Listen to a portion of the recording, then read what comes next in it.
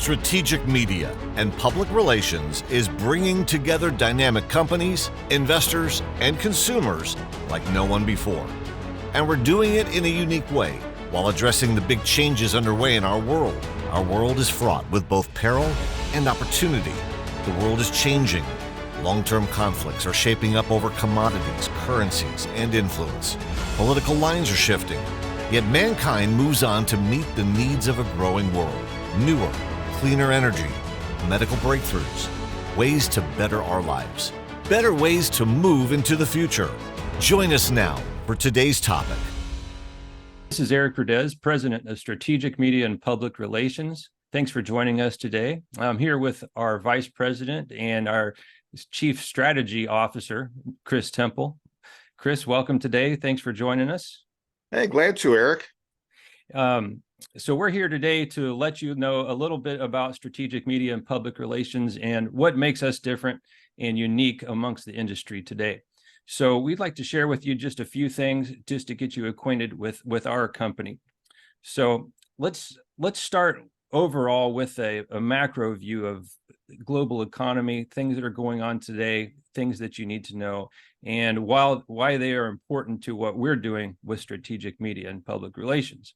So Chris, let's start with a just kind of boil down for us the macro economy view and what you think is most important about what's going on today and what people should be paying attention to. Well, Eric, in the months and years to come, we're going to have all kinds of knowledge that we make available to people. And as you know, I like to stress the very big difference between information, which we're inundated with every day, and knowledge, which is in very precious short supply.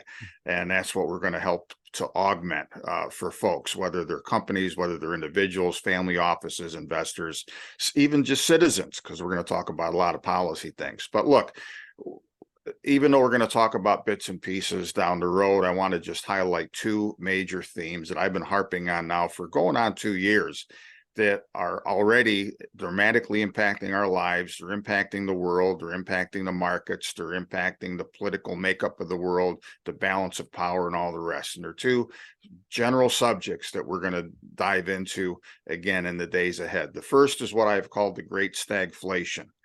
For 40 years, and I've written extensively about this at the National Investor. We're going to cover a lot of this with strategic media and public relations and our journalistic services as well. But for 40 years, we had disinflationary trends that got us all thinking that the inflation of the 70s and early 80s was dead and buried.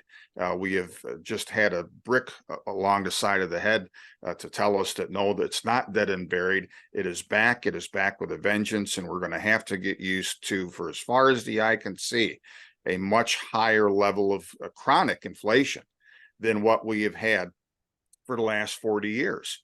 That's number one, and that is something that in some ways the markets have come to understand that a little bit, but really not nearly enough yet. The interest rates are still too low. They're going to respond to this, et cetera. So that's one dynamic that we have to navigate as citizens, as consumers, as investors, and so forth. And the second kind of goes along with that a little bit, and that is we have a regimen now in the world that is changing when it comes to the balance of power in the world. None of us alive today, none of us doing this video or listening to this video today has ever known a world that did not revolve primarily, maybe not exclusively all the time, but primarily around the United States of America, what we dictate to the world, what our economic policies and demands are, et cetera. That is changing. The world is starting to fragment. You have had this accelerate dramatically just since COVID and then the Biden administration driving away, in some cases, allies like Saudi Arabia. So you're seeing new alliances formed. A lot of this is over currencies. A lot of it is over commodities. But the balance of power is changing.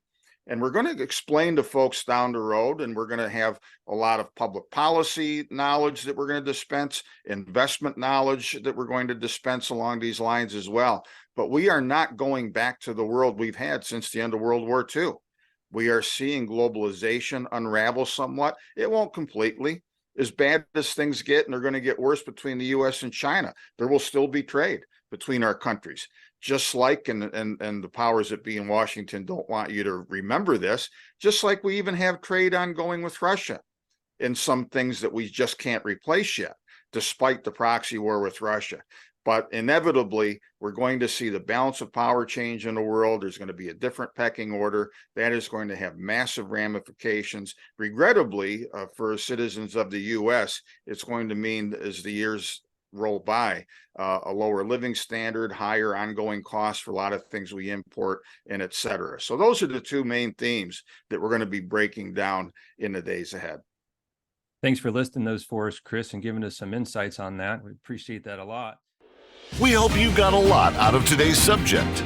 Make sure you avail yourself of the resources and contacts offered today. Subscribe to this channel for future topics and opportunities.